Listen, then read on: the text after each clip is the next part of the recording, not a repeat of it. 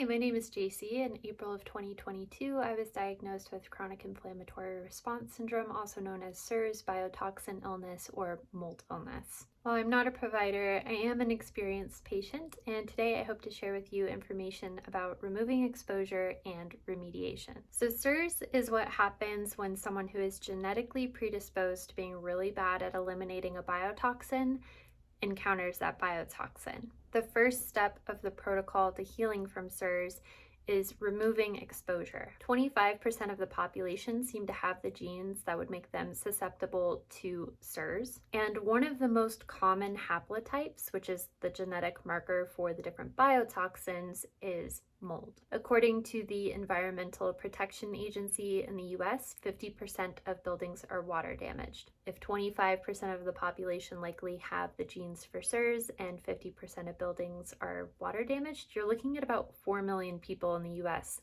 likely have CIRS.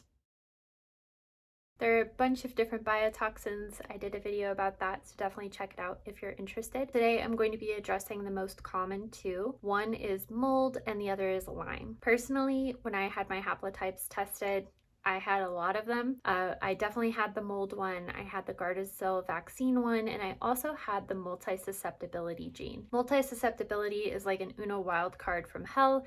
You can be susceptible to any of the biotoxins. For my own CIRS healing journey, mold seemed like my most likely biotoxin, and so I began looking into remediation. The CIRS protocol, I did a video about that, you can totally check it out, helps you eliminate the biotoxin, and then it addresses all of the downstream effects of that biotoxin exposure in your body and the chronic inflammation it causes. Some people are able to recover in a moldy environment. Some people will begin to recover and then stall, and then some people are not able to make any progress at all if they're still being exposed to the biotoxin. With mold, you really have two options. You can either move or remediate. Lyme is another really common biotoxin, and you will need to treat the Lyme disease before you can start the CIRS protocol. There are some providers who are certified in the Shoemaker protocol to help eliminate CIRS. It's the only clinically proven protocol to heal, and some of those Shoemaker providers specialize in different aspects of CIRS, so you may be able to find a Lyme specific provider. If you go to survivingmold.com, all of the certified physicians are listed there. So if you think your environment might have mold, there's two different tests you can do. They're called the ERMI and the Hurts Me. I don't know why I think those names are so cute. It's like to do with mold, and it shouldn't be adorable, but it is. So when you're thinking of environments you could be exposed in, it's not only your home, it could be your workplace or places that you frequent, like a gym or a grocery store. You can use the ERMI and the Hurts Me to get a baseline of the environment you're in, and then even if you start healing in that environment, it gives you a good baseline to see what you can tolerate. So how you do the ERMI or the Hurts Me, order it online. I'll go ahead and leave the link for the mold testing place I used in the description box down below. But what you do is they send you a Swiffer and you just dust the areas in your house, and then you send it back to them. Best practice is actually to dust, wait 2 weeks, and then use the Swiffer provided to you in the dusting kit. That way you get the most recent dust sampling. They have a pretty quick turnaround time. You typically get your results within 2 to 3 business days. You can see what types of molds are in your home and the volume of that mold. So as I mentioned, with mold, you really have two options. You can move or remediate.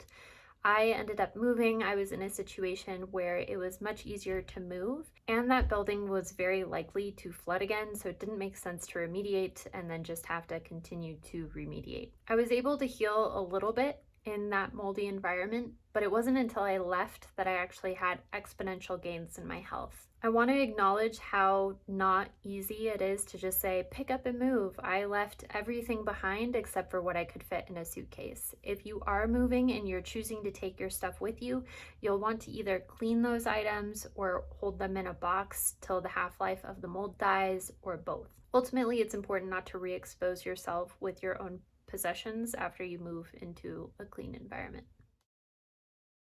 The next option is remediation. So remediating is actually removing the mold from your environment. You're going to want to work with a very specific kind of technician for this. They're called an indoor environmental specialist. They understand the concerns of a CIRS patient. So remediating for CIRS isn't like remediating for mold in general. You want to make sure the mold is not only removed, but completely sanitized from your home.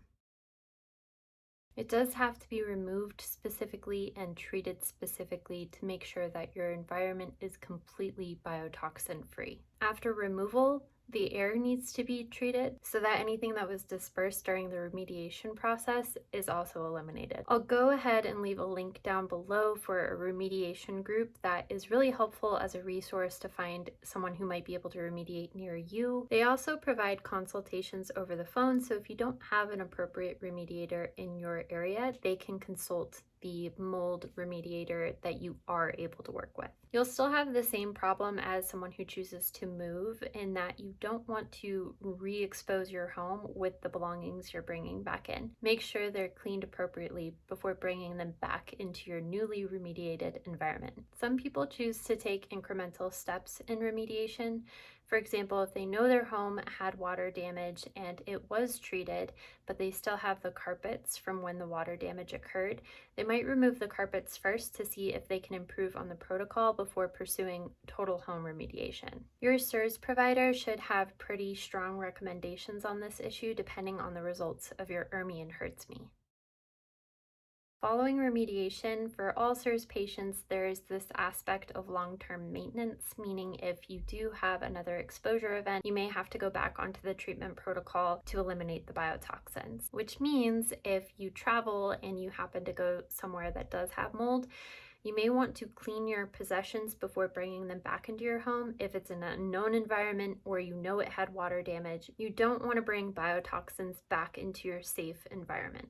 Also, there's some CIRS providers that think with longer term treatment on the binders specifically, you can actually become more resilient to mold exposure in the future.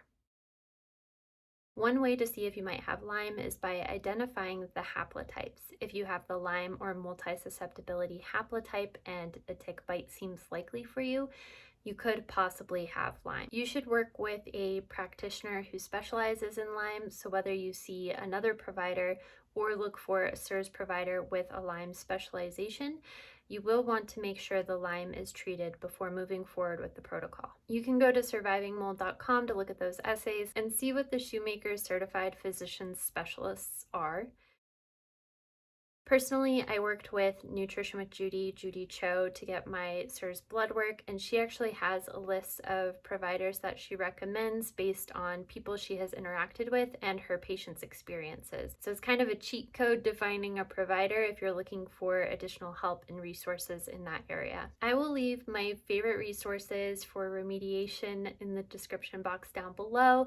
Definitely check out those remediation specialists who can do consultations. There's also a really great book called Mold Money. It's all about remediating for CIRS specifically as efficiently and effectively as possible. Nutrition with Judy did a really great podcast with a mold remediation specialist, and I found this conversation gave me a lot of hope. A lot of times talking about remediation can feel really heavy. It can feel all or nothing. It's a very expensive process, but her conversation with this mold remediator was actually very hopeful in the sense that he was able to walk through the process very clearly, talk about what he thought was and was not necessary to successfully remediating your home.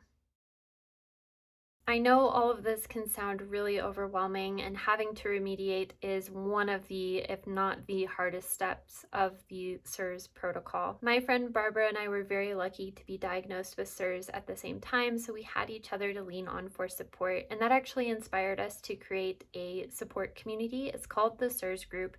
It's a supportive community of people who are healing from CIRS. So if you're interested in more resources or you just want that emotional support, I'll go ahead and leave a link for our group in the description box down below. If you or someone you love is healing from CIRS, I just wish you so much love and peace and healing through this time. My heart really truly goes out to you.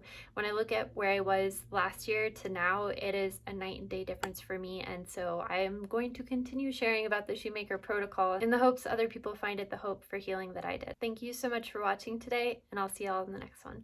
Okay, bye.